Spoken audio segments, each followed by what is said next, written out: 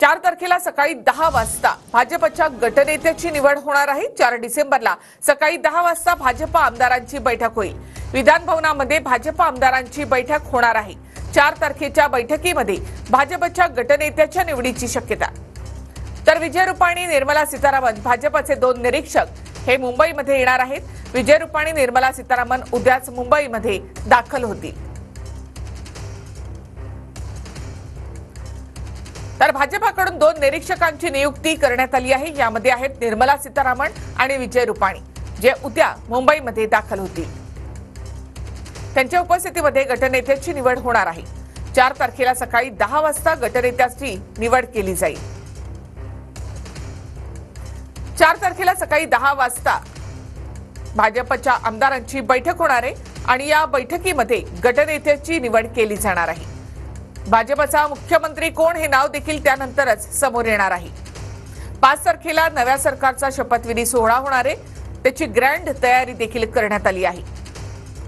तर 4 तारखेला सकाळी भाजपची 10 वाजता बैठक होईल। सगळ्या आमदारांना यासाठी बोलावण्यात आलेलं आहे आणि या बैठकीमध्ये भाजपच्या गटनेत्याची निवड होणार आहे। निवडणुकीच्या निकालानंतर अजित पवार गटाच्या गटनेत्याची निवड करण्यात आली। शिंदेंच्या देखील गटनेत्याची निवड करण्यात आली, मात्र भाजपकडून अद्याप गटनेत्याची निवड करण्यात आली नाही। भाजपकडून मुख्यमंत्रीपदासाठी देवेंद्र फडणवीसांच्या नावावर शिक्कामोर्तब करण्यात आलेला आहे। त्यानंतर आता 4 तारखेला सकाळी 10 वाजता भाजपच्या आमदारांची बैठक होईल। यामध्ये गटनेत्याची निवड केली जाणार आहे। थेट आपण माहितीसाठी जाऊयात आमचे प्रतिनिधी संदीप राजगोळकर यांच्याकडे। संदीप, 2 निरीक्षकांची नियुक्ती करण्यात आली, रुपाणी आणि निर्मला सीतारामन, आणि 4 तारखेला सकाळी 10 वाजता बैठक होईल आणि भाजपचा गटनेता कोण, भाजपचा मुख्यमंत्री कोण हे स्पष्ट होईल। अगदी बरोबर आहे। 4 तारीख ही महत्वाची असणार आहे, कारण 5 डिसेंबरला आपल्याला माहिती आहे निखिला नव्या मुख्यमंत्र्यांचा आणि मंत्रिमंडळाचा शपथविधी जो आहे तो पार पडणार आहे। आणि विधिमंडळामध्ये विधान भवनामध्ये ज्या ठिकाणी सेंट्रल हॉल आहे त्या ठिकाणी ही बैठक सकाळी 10 वाजता होणार आहे। भाजपच्या सगळ्या आमदारांना या बैठकीला उपस्थित राहण्याचे आदेश जे आहेत ते देखील देण्यात आले आहेत आणि त्या बैठकीमध्येच गटनेता म्हणून देवेंद्र फडणवीस यांची निवड केली जाणार आहे आणि मग 5 तारखेला तीच मुख्यमंत्री पदाची शपथ देखील घेणार आहेत। महत्वाचं हेच आहे, दोन्ही निरीक्षक जे भाजपच्या वरिष्ठ नेतृत्वाने नेमलेले आहेत ते दोन्ही निरीक्षक देखील या बैठकीला उपस्थित असणार आहेत। त्यामुळं जी चर्चा होती कधी बैठक होणार भाजपच्या गटनेते पदासाठी ती आता चर्चा थांबलेली आहे असं म्हणता येईल। 4 तारखेला सकाळी 10 वाजता ही बैठक होईल। निखिला, धन्यवाद संदीप एकूणच माहितीबद्दल।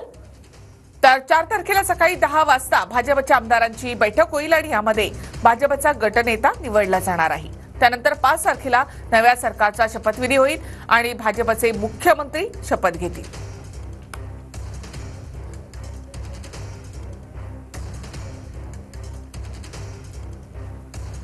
आताची आणखी एक मोठी बातमी आहे। अजित पवार कौटुंबिक भेटीसाठी दिल्लीसाठी रवाना झाले आहेत।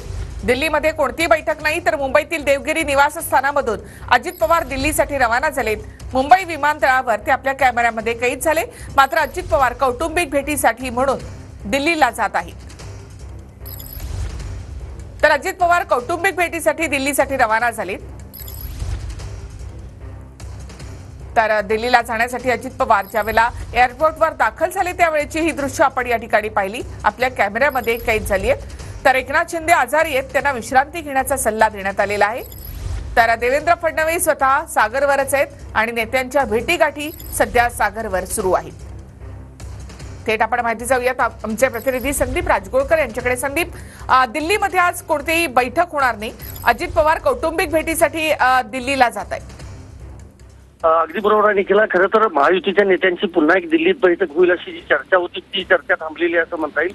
राष्ट्रवादी काँग्रेसचे नेते अजित पवार हे दिल्लीतला येण्यासाठी निघालेले आहेत अशी माहिती आहे, मात्र ते कौटुंबिक भेटीसाठी येत आहेत, कारण संसदेचं हिवाळी अधिवेशन चालू आहे। त्या अधिवेशनाच्या निमित्तानं त्यांच्या पत्नी सुनेत्रा पवार या सध्या दिल्लीमध्ये, त्या राज्यसभेच्या खासदार आहेत आपल्याला माहिती आहे। त्यामुळे कुठलीही ही राजकीय भेट नसल्याचं सांगितलं आणि भाजपच्या सूत्रांकडनं जी माहिती मिळते त्यानुसार केंद्रीय गृहमंत्री अमित शहा यांच्याकडे देखील अजित पवार यांनी कुठलीही वेळ मागितलेली नाही किंवा तशी म्हणजे बैठक कुठली होणार अशी जी चर्चा आहे।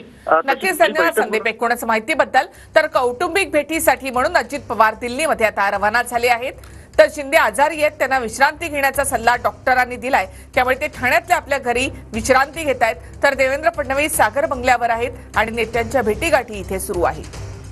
तर एकनाथ शिंदे यांच्या सर्व बैठका रद्द करण्यात आल्या आहेत अशी माहिती सूत्रांकडून मिळते.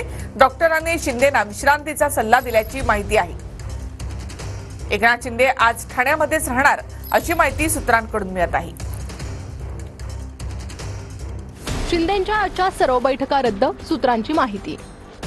डॉक्टरांनी विश्रांतीचा सल्ला दिल्यानंतर एकनाथ शिंदेंच्या सर्व बैठका रद्द झाल्यात. एकनाथ शिंदे आज ठाण्यातच राहणार असल्याची माहिती आहे. आपल्या सर्वांना माहिती आहे की 2 दिवस त्यांची तब्येत ठीक नव्हती, ताप होता.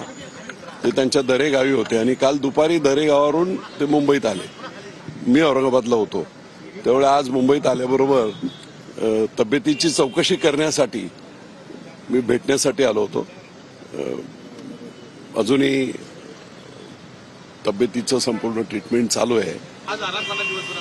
हा नाही, आराम करावा लागेल आजच्या दिवशी. आजारी होते ते ठाम वगैरे काय माहीत नाही मला, आणि स्वाभाविक आहेत ते. काय अजितदादा काय किंवा फडणवीस काय की इतर लोक भाषणं करून करून करून कुठे ना कुठेतरी या घशावर जो प्रचंड बोलून बोलून ताण येतो आणि मग ताप वगैरे वगैरे, तर त्यामुळे ते शिंदेसाहेब आजारी होते. महायुती सरकारचा शपथविधी सोहळा लवकरच होणार आहे. त्यानंतर स्थापन होईल ते मंत्रिमंडळ. या मंत्रिमंडळामध्ये आपल्याला स्थान मिळावं यासाठी नेत्यांची रीक सध्या सागरवर लागली आहे. सागर बंगला म्हणजे देवेंद्र फडणवीसांचं निवासस्थान. जागा वाटपापासून ते आता मंत्रिमंडळामध्ये वर्णी लागावी यासाठी नेत्यांच्या भेटीगाठी या सागर बंगल्यावर होत आहेत. त्यासाठीच मंत्रिमंडळामध्ये जाण्यासाठी इच्छुक असलेल्या नेत्यांकडून फडणवीसांच्या भेटीगाठी घेतल्या जात आहेत. त्यामध्ये महत्वाचे नेते आहेत. पंकजा मुंडे फडणवीसांच्या भेटीला गेल्या. मंत्रिमंडळामध्ये वर्णी लागणार का अशी चर्चा. गिरीश महाजन सागरवर पोहोचले. मंत्रिमंडळामध्ये नेमकं कोणतं खातं? अतुल सावे फडणवीसांच्या भेटीला गेले. यावेळी मंत्रिमंडळामध्ये दिसणार का? बावनकुळे चंद्रकांत दादा नार्वेकर यांनी फडणवीसांची भेट घेतली. राजेंद्र राऊत आणि बोंडे बुर्जी पटेल यांनीही फडणवीसांची भेट घेतली. राणा जगजितसिंह पाटील, माधुरी मिसाळ, प्रतापराव पाटील चिखलीकर फडणवीसांच्या भेटीला. चित्रा वाघ, संजय कुटे, बुर्जी पटेल, राहुल कुल यांनीही फडणवीसांची भेट घेतली. मंत्रिपदासाठी सध्या सागरवर लॉबिंग सुरू आहे. कोणत्या नेत्याची वर्णी लागणार याकडे आपलंही लक्ष असेल.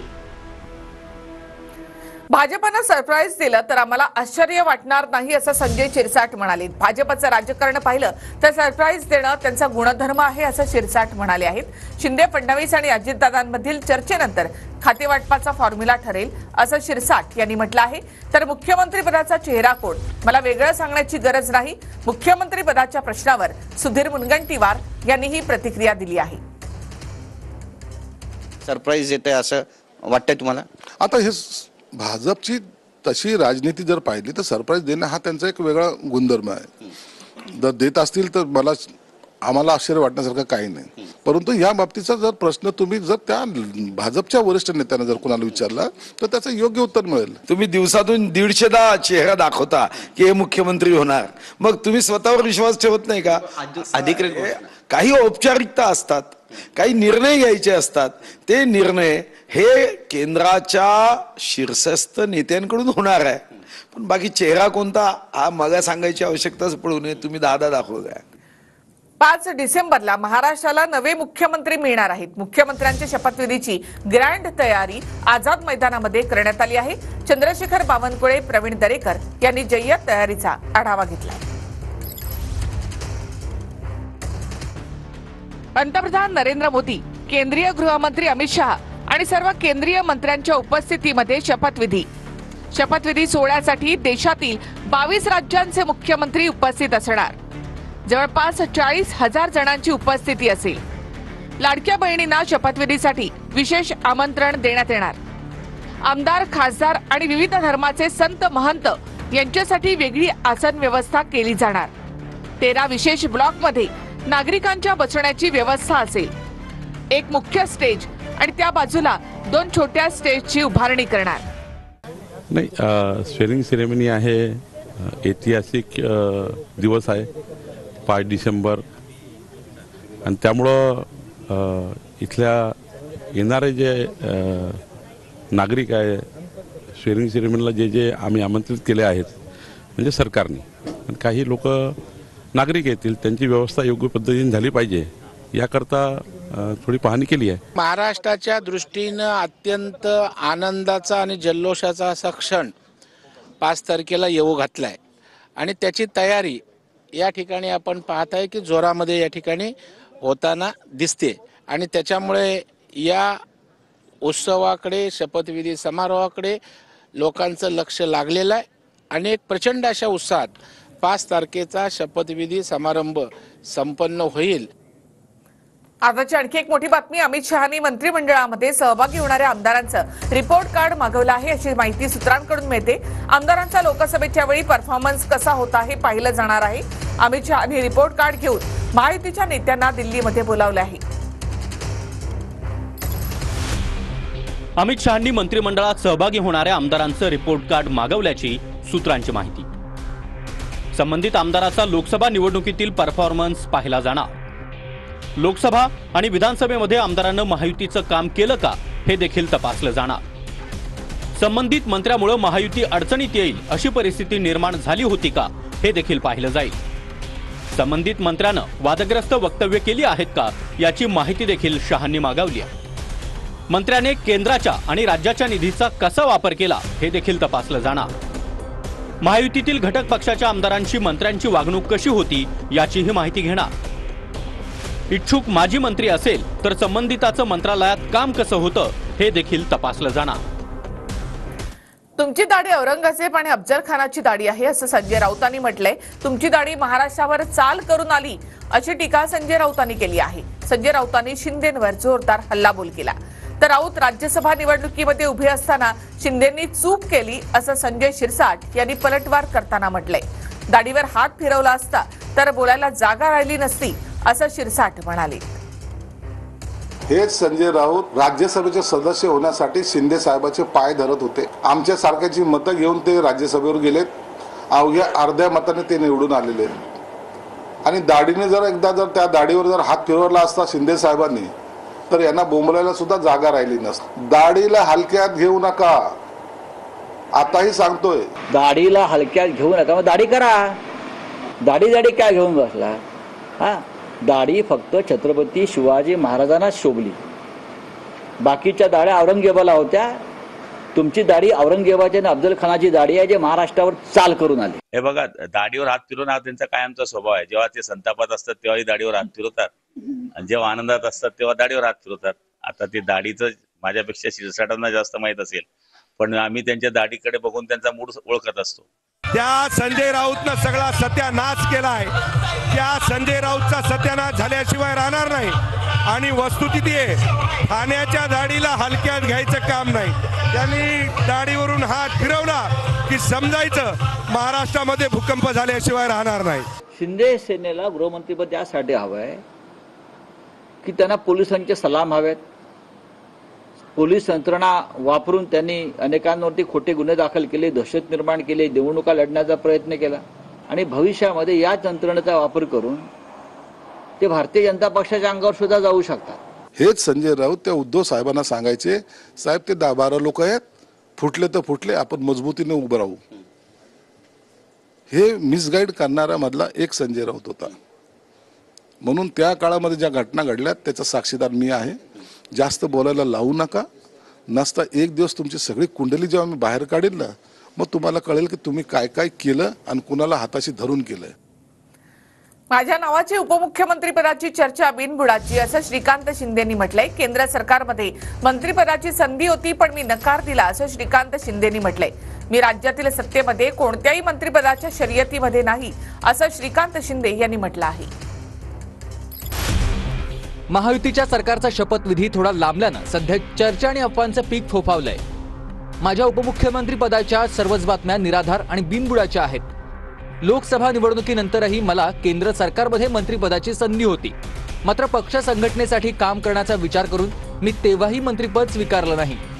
सत्तेतल्या पदाची मला लालसा नाही असं श्रीकांत शिंदे म्हणाले.